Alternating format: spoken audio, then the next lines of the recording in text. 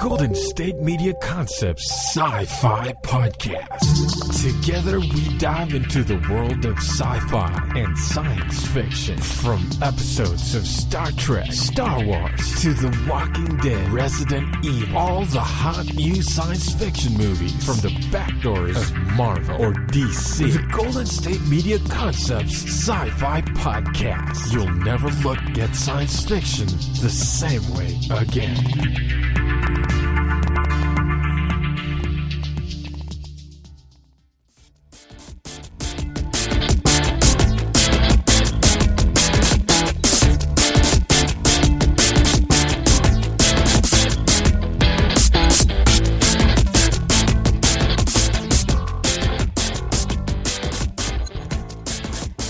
Hello and welcome to the GSMC Sci-Fi Podcast, brought to you by the GSMC Podcast Network. I am your host, Sarah, and we have all kinds of sci-fi and fantasy news to talk about on today's episode. There is just so much in the world of sci-fi, from television to movies to books to Comic-Cons, video games. If you're listening to this podcast, then you probably know a little bit about sci-fi, so I'm not telling you anything you don't know, but we're going to cover not all of that today, but we are going to touch on some television show news, some book news, and some movie news, and a little bit of comic news, I think. So let's just see what we can get through in this episode, shall we? We are going to start with television, and the first story is about the new television show Good Omens. It is a television serial based on a book, and that book is by Neil Gaiman and Terry Pratchett. It is starring David Tennant, my favorite Doctor of Doctor Who. My favorite. Michael Sheen, also John Hamm, Anna Maxwell Martin, Josie Lawrence, Adria Arjona, Michael McKean, Jack Whitehall, Miranda Richardson, and Nick Offerman. All 6 episodes of the serial will be released May 31st on Amazon Prime Video and later broadcast weekly on BBC Two. So if you're a fan of Neil Gaiman and or Terry Pratchett, you have probably already read this book. It is based on the book Good Omens, The Nice and Accurate Prophecies of Agnes Nutter, Witch. And I want to give you the description of that book because you just need to know, if you're going to watch the show, I think you need to know what it's based on. So, according to the Nice and Accurate Prophecies of Agnes Nutter, Witch, in parentheses, the world's only completely accurate book of prophecies, written in 1655 before she exploded, the world will end on Saturday.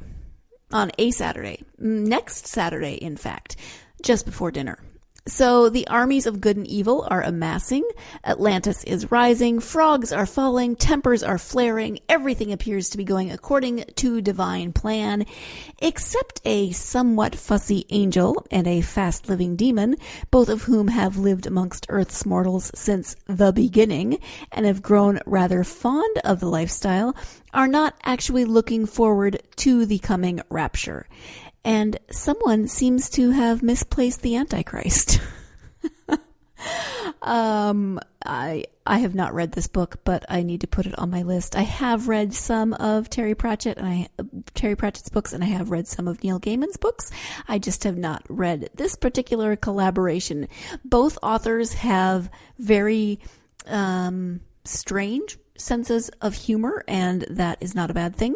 But when I can only imagine when the two of them combine to write together that it is going to be interesting. The previews of Good Omens look interesting visually. It looks very kind of over the top and lots of interesting wardrobe choices and it's about the apocalypse, right? So of course it's going to be a little bit over the top. David Tennant is the demon. Oh, Doctor Who is a demon, but he is Crowley, a demon who has lived on Earth since the dawn of creation, originally called Crawley, and this is about the television show now. He is the snake who tempted Eve with the apple from the tree of knowledge knowledge of good and evil. Interesting. Okay. Interesting fun fact on a side note, it wasn't actually an apple in the Bible, it just said fruit. But it has become in popular culture an apple, so we go with apple. Michael Sheen is Aziraphale, an angel who has lived on Earth as long as Crowley. In the original novel, he was the angel tasked with guarding the eastern gates of paradise. He and Crowley serve as representatives of heaven and hell, respectively, on Earth. Anna Maxwell Martin is Beelzebub. John Hamm is the Archangel Gabriel. Of course he is. Josie Lawrence is Agnes Nutter, the witch upon whom these prophecies, or from whom the prophecies came. Michael McKeon is Witchfinder Sergeant Shadwell, the last officer of the once proud Witchfinder Army. Miranda Richardson is Madame Tracy, a part-time medium and courtesan. There are, of course, lots of other people in this. It is, again, a 6-episode series. Benedict Cumberbatch as the voice of Satan. I have no good comment on that. Nick Offerman is in this. He's a U.S. ambassador and father of the child Warlock. Okay. I'm going to have to check this out. I'm going to have to read the book. I'm going to have to watch the series. But the question is, do I watch the series before I read the book? I normally like to do it the other way. But then, of course, I'm always annoyed. I'm always annoyed when I read the book and then the movie, or in this case, it's kind of a mini series, 6 episodes, or a typical British series length. And I can't help but compare the book to the movie, usually not favorably because I'm that book snob person that everyone hates. So maybe I should watch this first and then go ahead and read the book, and maybe I'll be less disappointed. I don't mean to say I'm going to be disappointed. It's just a book movie thing. So, this looks really interesting. I think I am definitely going to check both out. I just have to decide which order in which I am going to watch them. That was a tongue twister. Let's go ahead and move on from my book snobbery, and we'll turn to the Marvel Universe, which, holy buckets, keeping up with the Marvel Universe is almost a full-time job. I seriously need the Marvel Universe for Dummies, because between all of the movies, there are then approximately 1 million television shows, both live action and cartoon. Netflix has been running a lot of television shows, and many of them have been canceled recently. Luke Cage was canceled, the Iron Fist was canceled, etc. One of the shows that is still on is Jessica Jones, and season 3 is coming out.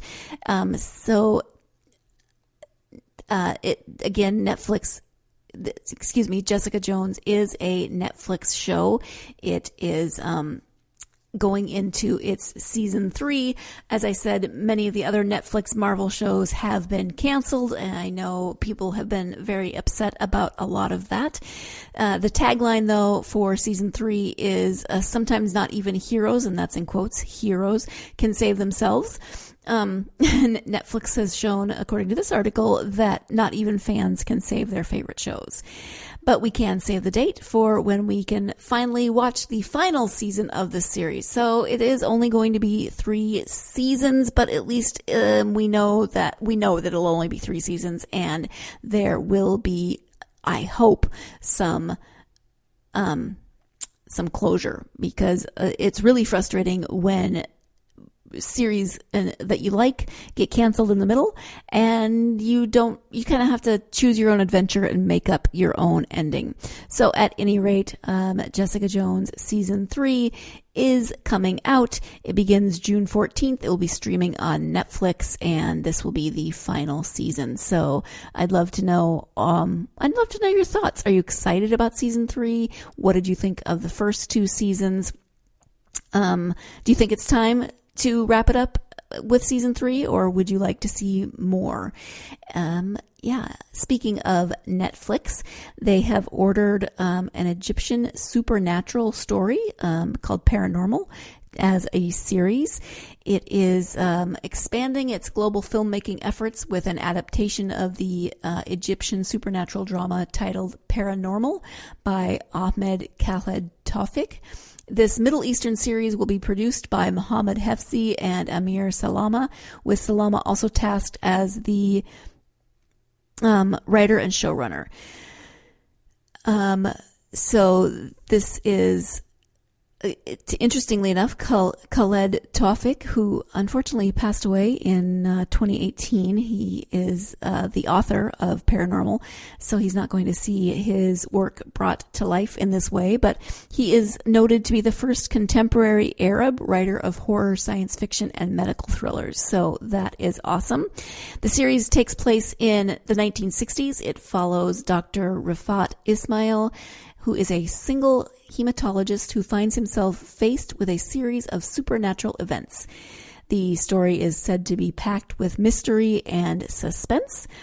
While this is the first Egyptian show to hit the streaming series, it is the third Middle Eastern one, following both Jinn and Al-Rawabi School for Girls. So that's one thing that I can say about all the streaming services. You know, you really get to have a broader view of different TV shows from all around the world, and I think it's exciting. I enjoy that you can watch different shows from different places, and this is based on a book by an author from somewhere other than the United States. So I'm intrigued. It is it's been set. I don't see if there is a date for it to be released.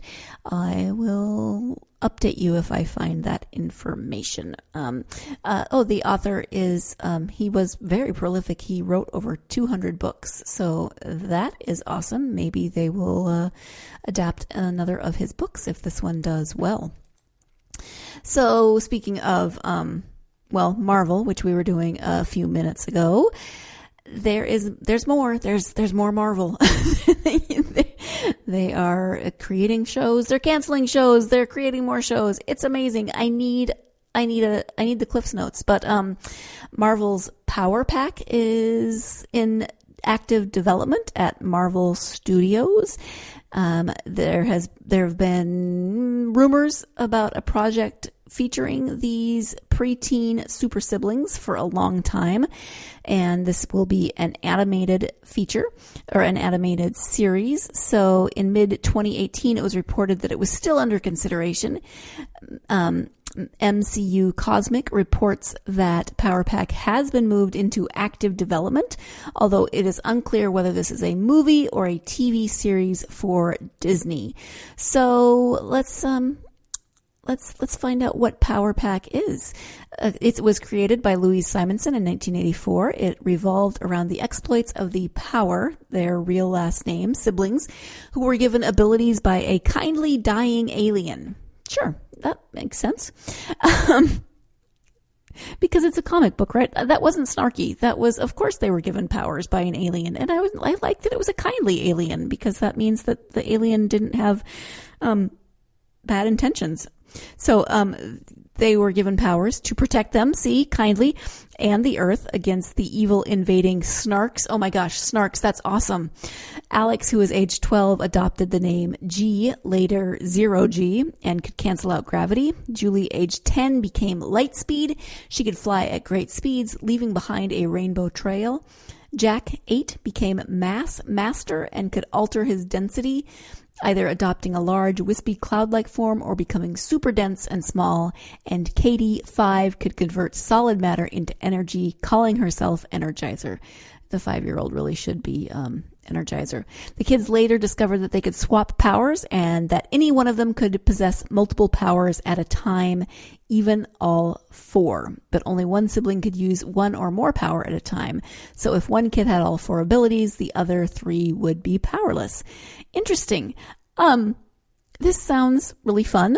A 5-year-old little tiny superhero and an 8-year-old sounds like it could be very interesting. 5-year-olds are very curious, very interested in a lot of things that could get little Katie, who can convert solid matter into energy, into trouble. So I am intrigued to see if you are familiar with these characters and this story. What do you think? Would you like it to be a movie? Would you like it to be a TV series? And actually, I said it was animated, but that was just the picture with the story. It doesn't actually specify if it's going to be animation or live action, whether it's going to be a movie or a TV series, but it is in active development. So, which would you prefer, live action, animated? And if you could have any of those siblings' powers, which one would you want? I think I want to fly. I'm not terribly fond of heights, but flying, I don't know, that just sounds fun, that she can fly and she leaves behind a rainbow trail. I'd like to make rainbows. I just think that would be nice.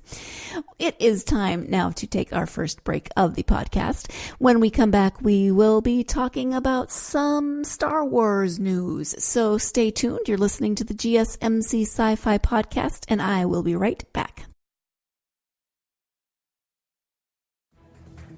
Want to find out what movies to go see? Then check out the GSMC Movie Podcast. It's your ticket to the latest movies, whether it's a new blockbuster event, romantic, comedy, or action flick. This show has got it all covered. They talk some what to go see now. Don't bother. What's hot on Netflix and everything in between. That's gsmcpodcast.com/movie-podcast. When it's all about the movies, it has to be this new show. Don't forget to like them on Facebook and follow them on Twitter. Visit gsmcpodcast.com for more info.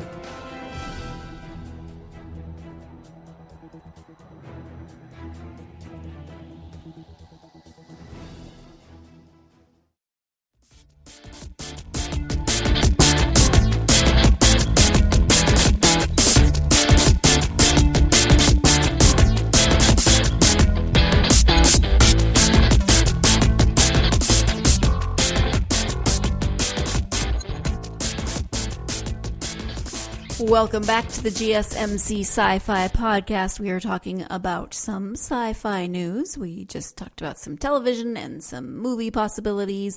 And now we are turning to the Star Wars universe.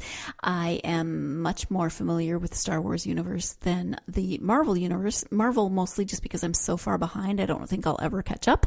But I am at least caught up on at least the Star Wars movies and some of the Star Wars television shows. My husband is a huge fan of the animated shows such as the Clone Wars, Star Wars, Rebels, etc. So I have watched some with him. But there is now also going to be a theme park expansion at Disneyland and Walt Disney World Resorts. And so there is going to be, ahead of the soon-to-be opened theme park, there is going to be a tie-in Star Wars Galaxy's Edge comic. And this tie-in reveals a mini prequel to Star Wars Episode 4, A New Hope. For most of us of a certain age, that is the first Star Wars movie, even though it's Episode 4. That's the one that we grew up with. We just call it Star Wars. A New Hope is...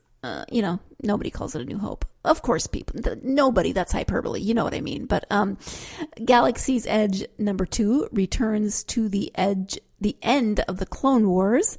On the planet Maigito, Jedi Master Ki-Adi-Mundi is murdered by stormtroopers commanded to execute Order 66. In present day, a First Order officer confronts legendary Ithorian Dok Ondar in his Den of Antiquities, a shop containing unique galactic artifacts located within Black Spire Outpost on the remote planet Batuu. So this is that's a little teaser of the upcoming backstory, and it is, of course, in comic book form. It is a precursor to opening the opening or the expansion of the theme park. I'm not going to, of course, read all of this to you because, well, that would just that would just be not right. But I'm scrolling through, and I see Guido, or a character that looks like Guido. I see Jabba the Hutt. I see Jabba's palace, where we have those pig-looking dudes. Yeah, I know I should know their names, but while I love Star Wars, I don't always know all of the tiny details of Star Wars, and I apologize. So there are comics. Star Wars Galaxy's Edge #3 releases June 26th and will feature Hondo Okana. Hey, I know him. He is in some of those animated ones, who will be realized in the form of a lifelike animatronic housed within the Millennium Falcon Smuggler's Run attraction. Star Wars Galaxy's Edge opens May 31st at the Disneyland Resort and August 29th at Disney's Hollywood Studios as part of Walt Disney's World Resort. So if you are a fan of Star Wars, if you are a fan of comic books, if you are a fan of theme parks, then this just might be the comic book for you, and you should definitely check out this New Hope backstory. Disney also has confirmed that the next Star Wars movie will be from David Benioff and D.B. Weiss. Benioff, Benioff. Could be pronounced a couple of different ways, but it has been confirmed that the next story will come from Star Wars movie will come from these two, David Benioff and D.B. Weiss. They are the showrunners of Game of Thrones. That could be an interesting take on Star Wars if they bring a Game of Thrones mentality to Star Wars. I'm a little bit scared. But at the beginning of this month, Disney announced that the next 3 movies in the Star Wars franchise will be released December 16th, 2022, December 20th, 2024, and December 18th, 2026. At the time, no further information was given. I am glad that those will be Christmas releases because it's all about me, and my husband and some friends of ours like to go to the new Star Wars on Christmas Day. It has been a tradition, something that we have done for the last few years. We weren't able to the year Solo came out because it came out in May, but none of us saw it in the theater, and we actually watched it on Christmas Day anyway. But it was a sad Christmas Day with no Star Wars that year. So I am glad to see that at least in 2022, 24, and 26, we will have a standing date. I guess you know what I'll be doing on Christmas Day of those years. The two were known to be working on an original Star Wars trilogy, rumored to be set during the time of the Old Republic. But Rian Johnson was also known to be creating a separate trilogy, and there was still the possibility of standalone movies, although hope for those have seemingly evaporated following the poor performance of Solo: A Star Wars Story, which I'm a little bit bummed by because I actually enjoyed Solo and I would have watched another one. Maybe that's just me. It seems like it didn't do very well. So we do have another trilogy coming. We have dates for it. We just don't know exactly what it will be, where it will play into the Star Wars canon and the Star Wars universe, but we know who will be working on it. And we'll just now I'm just waiting to see if it's going to have a Game of Thrones feel to it. If so, as I said, I'm a little bit scared, but that's okay. We are going to take our second and final break of the podcast. When we come back, we'll be turning our attention to some book news. So stay tuned. You're listening to the GSMC Sci-Fi podcast, and I will be right back. Tired of searching the vast jungle of podcasts? Now listen close and hear this out. There's a podcast network that covers just about everything that you've been searching. Hey! The Golden State Media Concepts Podcast Network is here. Nothing less than a podcast bliss with endless hours of podcast coverage. From news, sports, music, fashion, cooking, entertainment, fantasy, football, and so much more. So stop lurking around and go straight out to the Golden State Media Concepts Podcast Network. Guaranteed to fill that podcast itch. Whatever it may be. Visit us at www.gsmcpodcast.com. Follow us on Facebook and Twitter, and download us on iTunes, SoundCloud, and Google Play.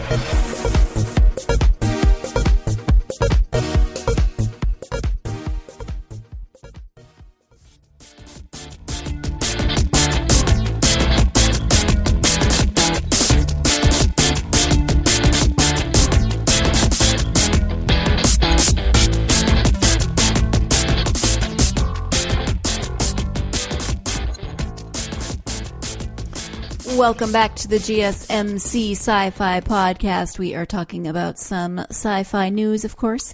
Talked about Star Wars in the last segment, and now I want to turn our attention to books because, as I gave away in the first segment, I am a book snob, for which I know it's annoying. But anyway, so I wanted to see what new books are coming out in the world of science fiction and fantasy. And as I was looking at the list, there is a new Stranger Things book coming out in the month of May. But also on this list, I just have to share the title of this book. It is by Maurice Broaddus. It came out May 21st, and it is called Pimp My Airship. You're not supposed to judge a book by its cover, but I'm totally judging this one by its title. It is, again, it's called Pimp My Airship. It's by Maurice Broaddus. It is a steampunk adventure that follows a poet named Sleepy, whose only goal is to stay out of trouble. That changes when he runs into a protester called 120 Degrees of Knowledge Allah and an heiress named Sophine Jefferson, whose life has fallen apart after her father was murdered. The three find themselves on a journey where they encounter mediums and criminals in a possible battle for the heart of the country. So if you are a fan of steampunk, maybe you are already a fan of Maurice Broaddus, but hey, the book is called Pimp My Airship. That makes me laugh, so I'm willing to at least look into it a little bit more, just based on the name. But as I mentioned, there is a new Stranger Things book coming out. Comes out, let's see, what date is that? May 28th, today. It came out today. It is called Stranger Things Darkness at the Edge of Town. It is by Adam Christopher. And of course, the third season of Stranger Things is debuting on Netflix later this summer. Lots of excitement around that third season. But in the meantime, Adam Christopher has written a new novel that follows the life of Chief Jim Hopper and his experiences before he ends up in Hawkins, Indiana. During the Christmas holiday in 1984, Eleven discovers a box labeled New York in Hopper's basement, and he's forced to explain his experiences in Vietnam and his time as a husband and father in New York City as a police detective. So if you are interested, if you are a fan of Stranger Things, if you're interested in some backstory on Chief Jim Hopper, then you should definitely check out this official Stranger Things novel. It is out today. Speaking of books that are out today, one of my favorite fantasy authors is Terry Brooks. I have been reading him since high school. He has been writing since the 70s. No, I did not go to high school in the 70s. I'm not that old. Old, yes, but not that old. This is... Oh man, where to even start? So this is the third of a trilogy that is wrapping up the Shannara series. And the Shannara series are the books that he has been writing since the 70s that started with the Sword of Shannara. Then there's just, I don't even remember how many books there have been, but 20, 30, somewhere around there. And the world has evolved. There was a series that seemed unrelated, but then turned out to be a prequel to this. And then there was a tie-in series from that, the Running with the Demon series that led into the Shannara series. So it's this whole big cycle of books. And, how he keeps everything straight is fascinating to me. Did I say it was by Terry Brooks? Did I actually mention that? So anyway, this third book in the Fall of Shannara series is came out today. It's called The Steel Assassin, and it's bringing this whole, at least part of this grand epic adventure to a bit of a close, which is, it's the end of an era.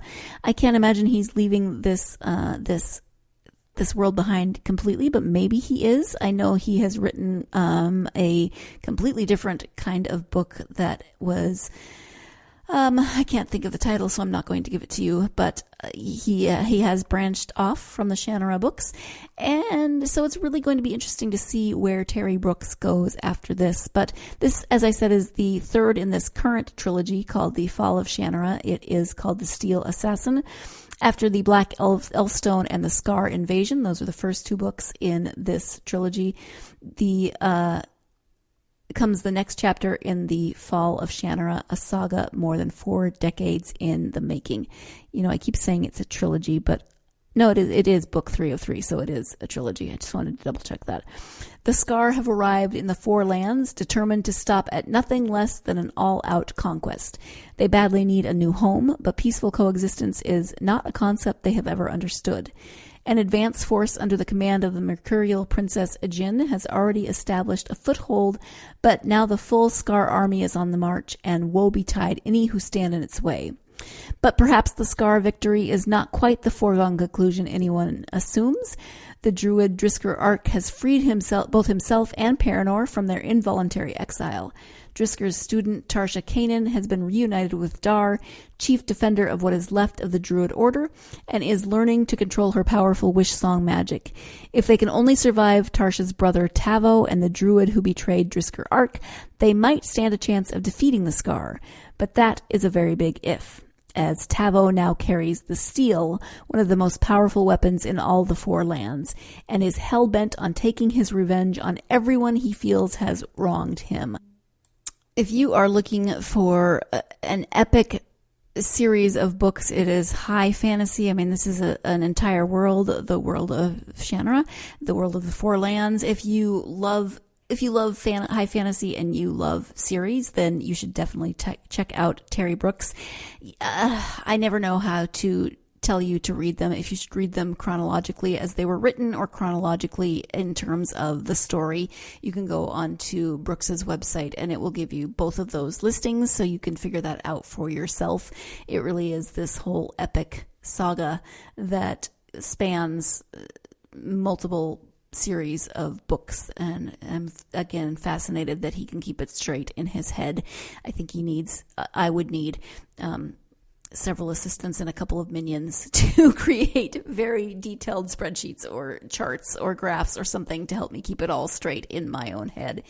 I am excited. It did come out today, so I will have to get around to reading it. I have read the first 2 in this series. I've read pretty much every Terry Brooks book, and definitely every book that relates to this series. So if you are interested in in this type of book, then you should check it out. If you are already a Terry Brooks fan, I'd love to hear, are you excited about this book in particular? And, the whole concept of maybe this wrapping up the Shannara series. Is it time? Are you sad?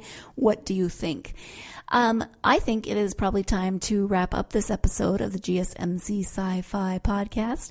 Join me again next time when we will be exploring more news. There's plenty of sci-fi fantasy news out there to sink our teeth into. So thank you for joining me. Join me again next time, and have a great week.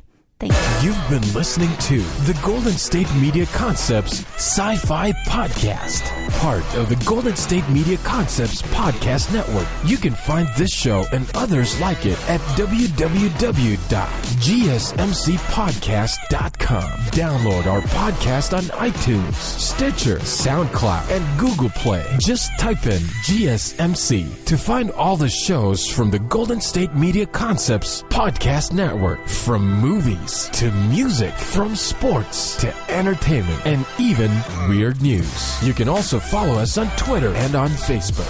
Thank you, and we hope you have enjoyed today's program.